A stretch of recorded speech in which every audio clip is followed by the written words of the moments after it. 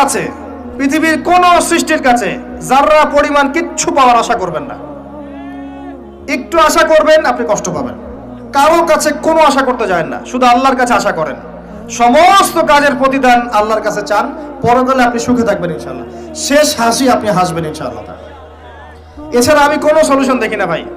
আমি কলিজা থেকে কথাগুলো বললাম আপনাকে,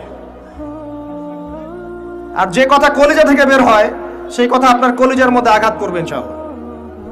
সব কাজ শুধু আল্লাহর জন্য করেন, কেউ আপনার আপন না। আল্লাহ ছাড়া কেউ আপনার আপন নয়।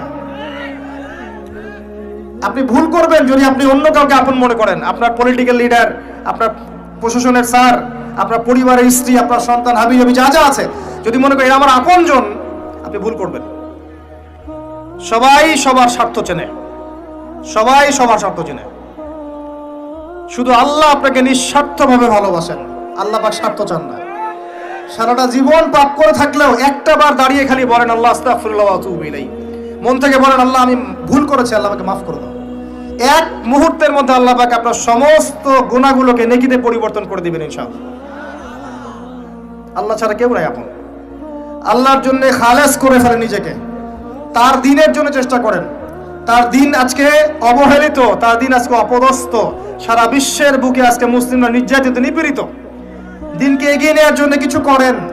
আপনার ক্ষুদ্র ক্ষুদ্র প্রচেষ্টা ইনশাআল্লাহ আগামী দিন ইসলামের বড় বিজয় নিয়ে আসবে। দিনের জন্য খালেস করে ফেলেন নিজেকে।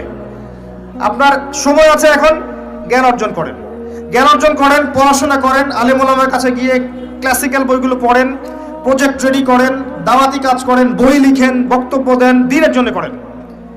আপনাকে আপনার দুনিয়া আল্লাহ গুছিয়ে দিবে ইনশাআল্লাহ। দুনিয়া আল্লাহ গুছিয়ে দিবে ইনশাআল্লাহ। আপনি দিনের জন্য খালেস করে ফেলেন নিজেকে, আল্লাহর দিনের হয়ে যান। এবং দুনিয়া যে কাজগুলো করবেন শুধু আল্লাহ সন্তুষ্টির জন্য করবেন, কারো কাছে কিচ্ছু পাওয়ার আশা করবেন না। দেখবেন ইনশাআল্লাহ আপনি সুখে থাকবেন। একটা পর্যায়ে গিয়ে নূহ আলাইহিস সালামকে বলতে হয়েছে রব্বি আন্নী মাগলুবুন ফান্তাসির। আল্লাহ 950 বছর দাওয়াত দিলাম, মানুষ কথা শোনে না, মানুষ শোনেই না। 950 বছর দাওয়াত দিলাম, আল্লাহ আমার পরিবারের লোকও কথা শোনে না। আল্লাহ আমি পরাজিত, তুমি আমাকে সাহায্য করো। একটা পর্যায়ে গিয়ে লূত আলাইহিস সালামকেও তার স্ত্রী সন্তান ছেড়ে চলে যেতে হলো। একটা পর্যায়ে গিয়ে ইব্রাহিম আলাইহিস সালামকে তার বাবাকে ছেড়ে চলে যেতে হলো। একটা পর্যায়ে গিয়ে আসহাবুল কাহফকে সমাজ থেকে চলে যেতে হলো দূরে। একটা পর্যায়ে গিয়ে মুহাম্মদ সাল্লাল্লাহু আলাইহি ওয়াসাল্লামকে হিজরত করে চলে যেতে হলো, সাথে কেউ ছিল না। আল্লাহর জন্য ভালোবাসা, আল্লাহর জন্যই বিচ্ছেদ। ইতিহাস তাদেরকে ভুলে যায় নাই। তো একটা পর্যায়ে গিয়ে মানুষ যখন আর পারে না, তখন প্রয়োজনে একা আল্লাহকে নিয়ে থাকতে হয়। এটাই আল্লাহ পাকের মারিফতের সর্বোচ্চ লেভেল। আল্লাহকে নিয়ে থাকেন, ইনশাআল্লাহ আপনি ভালো থাকবেন। রাসূলকে নিয়ে থাকেন, ভালো থাকবেন। তার সুন্নাহকে নিয়ে থাকেন, ভালো থাকবেন। তার দিনকে নিয়ে থাকেন, দিনের জ্ঞান অর্জন করেন, দিনটাকে প্রচার করার চেষ্টা করেন, দিনটাকে প্রতিষ্ঠা করার চেষ্টা করেন।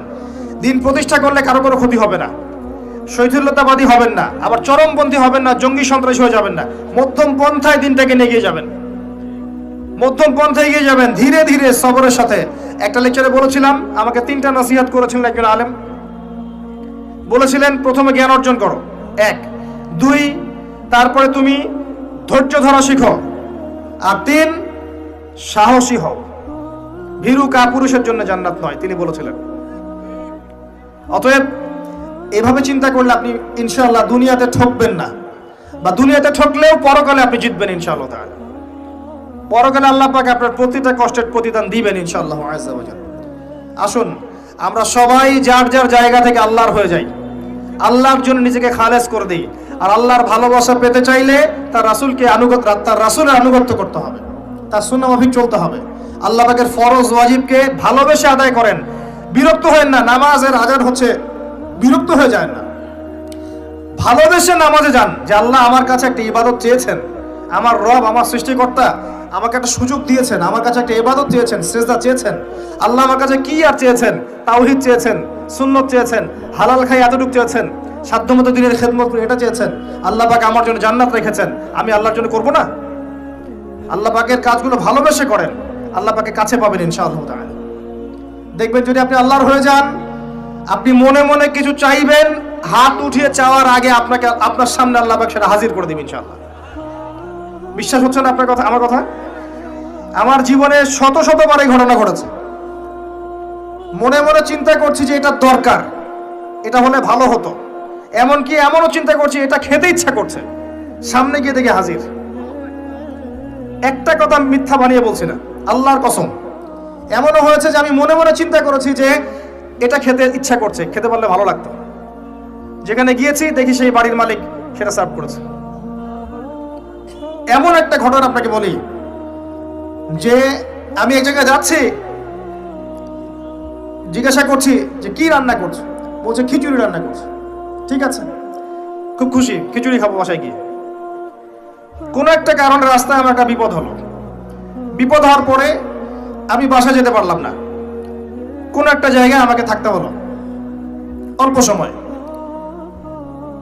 সেখানে আমার পরিচিত তিনি ভাই, সে আমাকে বলছে কিছু খেয়ে নেন। ঠিক আছে, কি আছে নিয়ে আসেন। খাবার নিয়ে আসা হলো, দেখলাম খিচুড়ি। কথা কি বুঝতে পারছেন? দেখে আমার চোখ দিয়ে এক ফোঁটা পানি পড়লো খাবারের উপরে, যে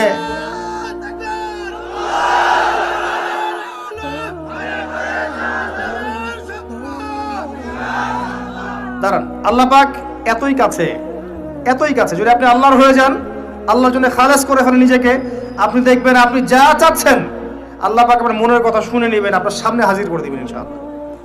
কিচ্ছু ভাববেন না, আল্লাহকে ছাড়া কোনো দিকে ভাবার দরকার নাই। আল্লাহর দিন আজকে একটা চরম অবমাননাকর জায়গার মধ্যে আছে, আপনি বুঝতে পারছেন না। দুই চোখ দিয়ে দেখেন, সারা বিশ্বের প্রেক্ষাপটের সাথে মুসলিমদের অবস্থা মেলান, দেখবেন আমরা আর সে আগের জায়গায় নাই। আমাদের অবস্থা এখন ভালো নয়, প্রত্যেকটা দিক থেকেই ভালো নয়। ধর্মের ক্ষেত্রে না, ইকোনমিক্সে না, পলিটিক্সে না, জিও পলিটিক্সে না, সোশ্যালি না, সংস্কৃতিতে না, কোনো ক্ষেত্রেই নাই। আমরা সে আগের জায়গায় নাই এখন আর। এই জায়গায় রিগেইন করতে হলে আমাদেরকে বেসিক কাজগুলো করতে হবে। আবার নামাজি হতে হবে, আমাদেরকে আবার রোজা রাখতে হবে, আবার দিনের খেদমতের চেষ্টা করতে হবে, কোরআন শিখতে হবে, আবারও সুন্নায় ফিরে আসতে হবে। ইনশাআল্লাহ তাআলা দেখবেন আস্তে আস্তে আস্তে আস্তে এমন প্রজন্ম গড়ে উঠবে যারা ইসলামের পতাকা নিয়ে সামনে এগিয়ে যাবে ইনশাআল্লাহ। আসেন, আপনাকে আমি পারিবারিক বিষয়গুলো আর বেশি বলতে চাচ্ছি না আজকে। আর একদিন ইনশাআল্লাহ আমি টোটাল লেকচারটাই আদর্শ ইসলামিক পরিবার এবং সমকালীন ফিতনাগুলোর উপর দিব ইনশাআল্লাহ। সামনে যান, ফিতনা আপনার অর্থনীতির মধ্যেও আছে।